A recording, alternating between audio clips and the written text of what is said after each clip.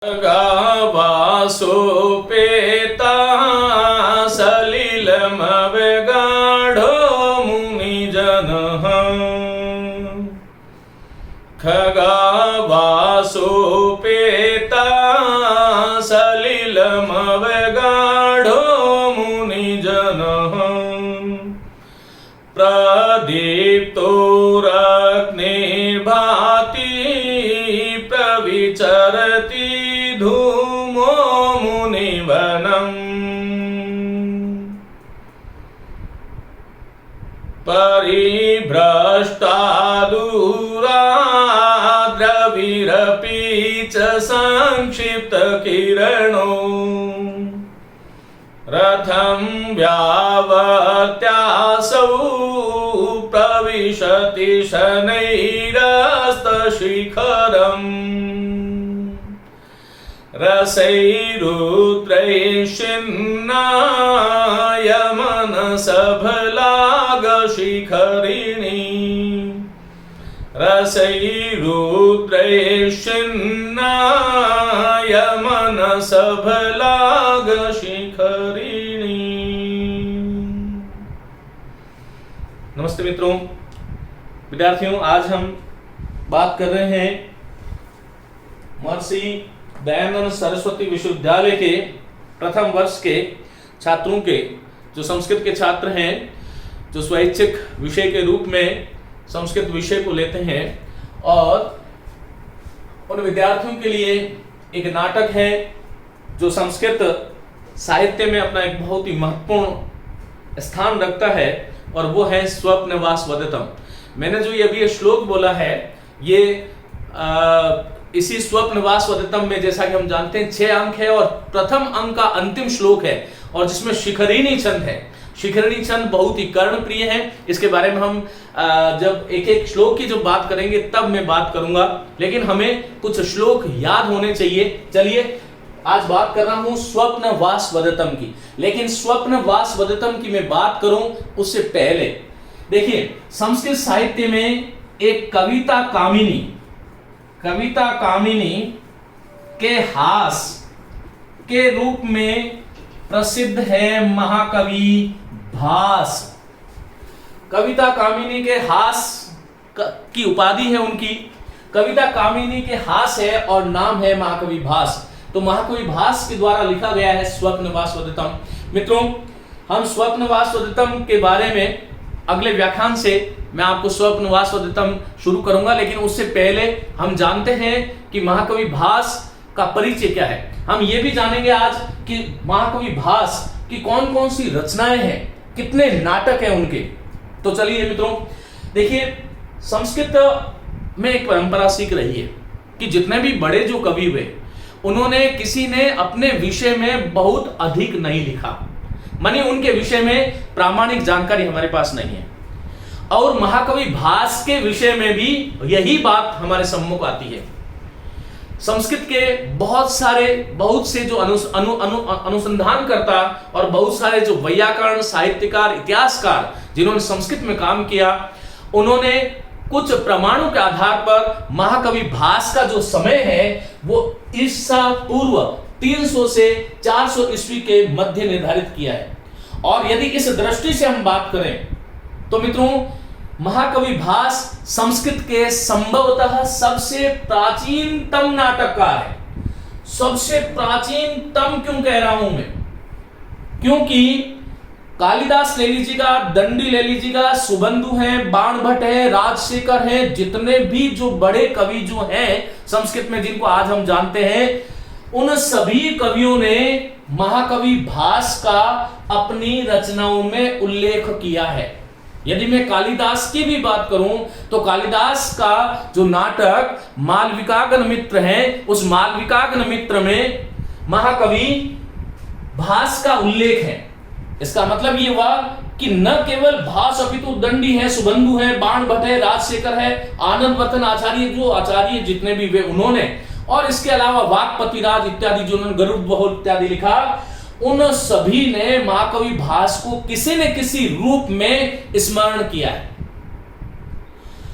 हम यह कह सकते हैं कि एक तो महर्षि वाल्मीकि, जो रामायण के रचयिता हैं, और महर्षि वाल्मीकि और महर्षि वेदव्यास, मानी कि रामायण और महाभारत के बाद में यदि कोई बड़ा संस्कृत में नाम है, प्राचीनतम कवियों के रूप में, ऋषि के रूप में, महाकवियों के रूप में, तो वो आज का हमारा विषय जिसके बारे में हम भास की बात कर रहे हैं वही है।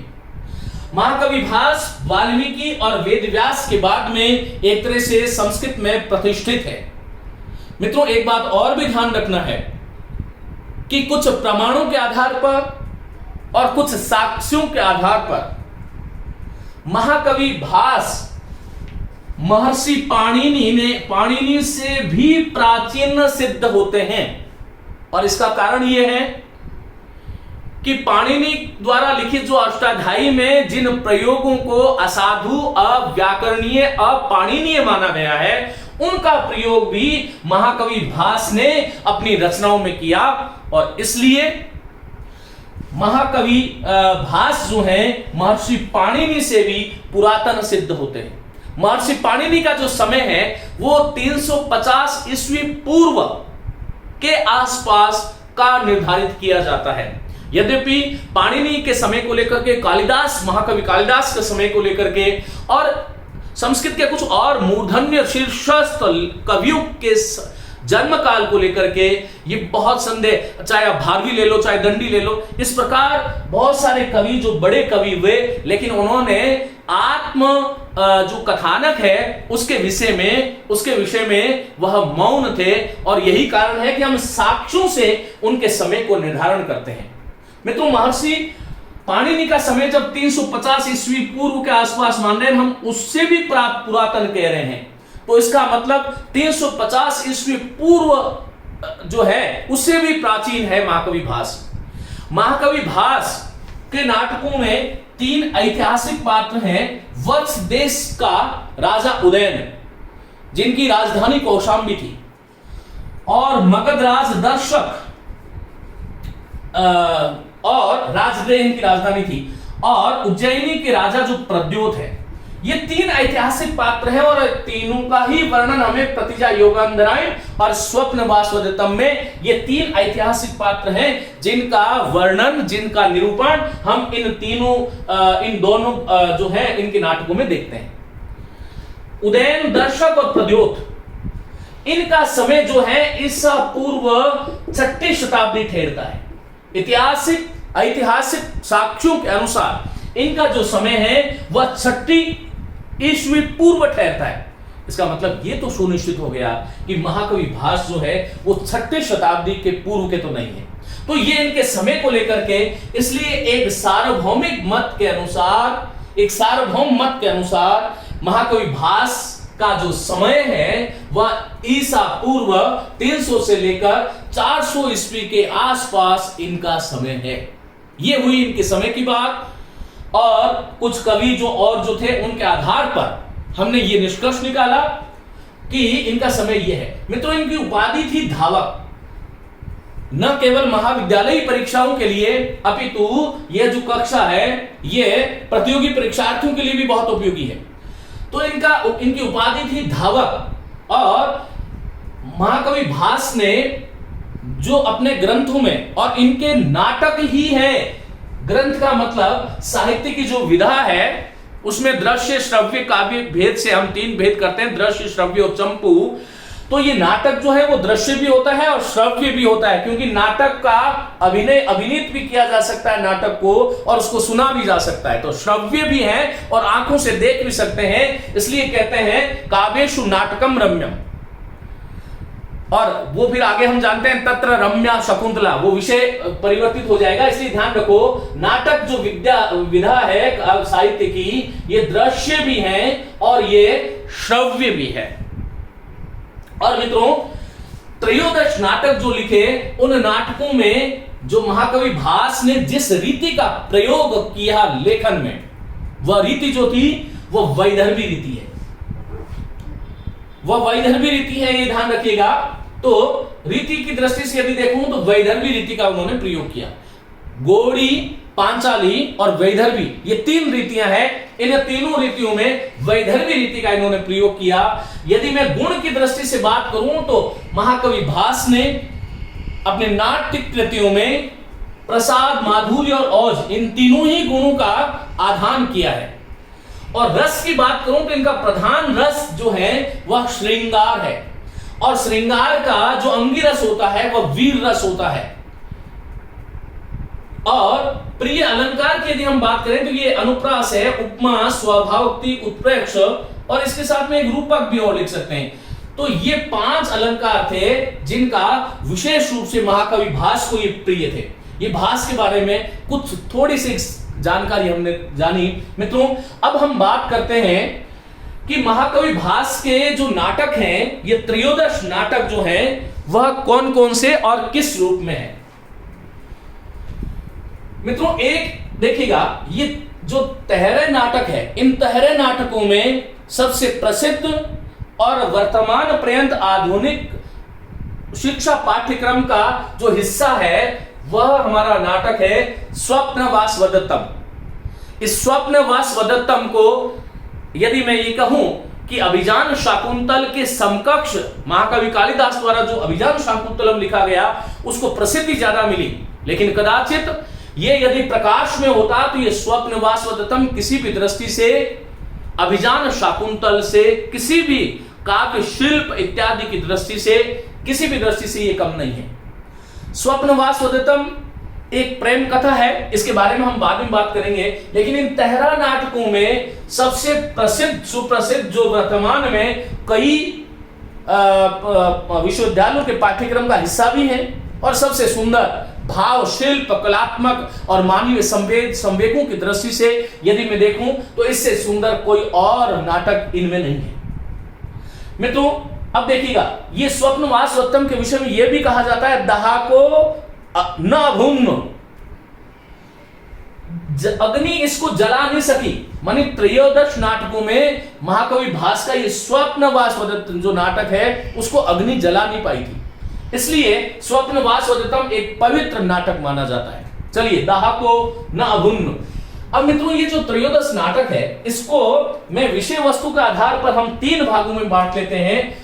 रामायण कथाश्रित नाटक, महाभारत आश्रित नाटक, उदयन आश्रित नाटक और चौथा कथा मूलक नाटक। कुल नाटक है तहरे। उन तहरे नाटकों को हमने 4 भागों में बांट लिया। रामायण कथा पर आश्रित नाटक, फिर महाभारत पर आश्रित नाटक, उदयन की कथा पर आश्रित नाटक, और फिर जो कथा मूलक जो है माने कि लोक कथाएं और कल्पित कथानक जिसका है वह जो है उनको हम कथा मूलक नाटक कहते हैं। मित्रों, रामायण कथा, महर्षि वाल्मीकि की जो रामायण है उसकी कथा वस्तु पर आश्रित इनके 2 नाटक हैं। एक तो अभिषेक नाटक है और दूसरा प्रतिमा नाटक है। अभिषेक नाटक जो है उसमें किष्किंधा कांड से लेकर के, याद रखिएगा, किष्किंधा कांड से लेकर के राम के राजाभिषेक तक का वर्णन है। जैसा रामायण में है वैसा उसमें थोड़ा बहुत कवि अपनी कल्पना से फेरबदल करके और उसको उसी रूप में प्रस्तुत किया, तो वह अभिषेक नाटक है। और अभिषेक नाम से देखो, राजा अभिषेक माने किष्किंधा कांड जहां से शुरू होता है रामायण का, वहां से लेकर के राम का जो राजाभिषेक है वहां तक का वर्णन इसमें किया गया। इसमें 6 अंक है। ये जो संख्या मैंने आगे लिखी है ये अंक है। तो अभिषेक नाटक में आपसे पूछे क्या है कि राम कथा पर आश्रित है, माने रामायण पर आश्रित है, 6 अंक है और कहां से कहां तक है, तो किष्किंधा कांड से लेकर के और राम का जो राजाभिषेक होता है वहां तक इसमें वर्णन है। फिर कहते हैं प्रतिमा। देखो, यहां पर प्रतिमा का अर्थ होता है मूर्ति। मित्रों, ये प्रतिमा नाटक जो है इसमें 7 अंक है और इसमें राम के वनगमन से लेकर के, माने राम के वनगमन से लेकर के और सीता हरण, रावण वध तक का वर्णन है। और भरत जब अपने ननिहाल से लौट करके वापस आते हैं तो उस कथानक को हम सभी जानते हैं कि भरत जब वापस अयोध्या में आते हैं तो दशरथ अपने प्राण त्याग चुके होते हैं और दशरथ की एक मूर्ति बना करके मंदिर में जो उनका जो परिवार था उन्होंने मंदिर में पिता में मानी उनके पिता में, प्रपिता में इत्यादि के साथ में स्थापित कर दी।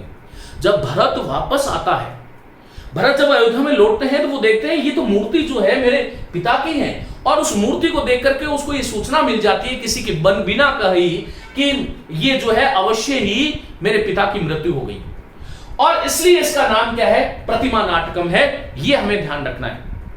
तो मित्रों, प्रतिमा नाटकम जो है इसमें 7 अंक है, अभिषेक नाटक में 6 अंक है, और इस तरह से ये 2 नाटक है उनके जो कि रामायण की कथा को आधार बना करके लिखे गए हैं।